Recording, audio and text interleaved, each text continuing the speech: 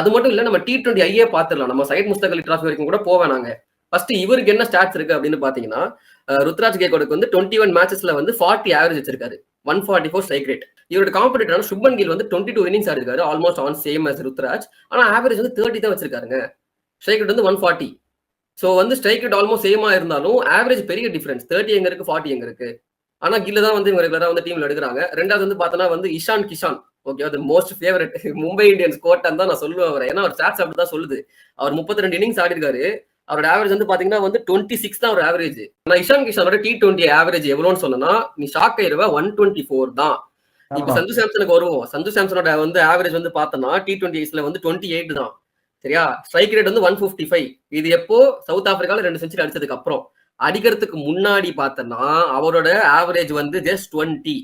Strike rate வந்து just 143. T20 என்னங்க தப்பு பண்ண ருத்ராஜ் கேக்வாட் தான் என் கேள்வி.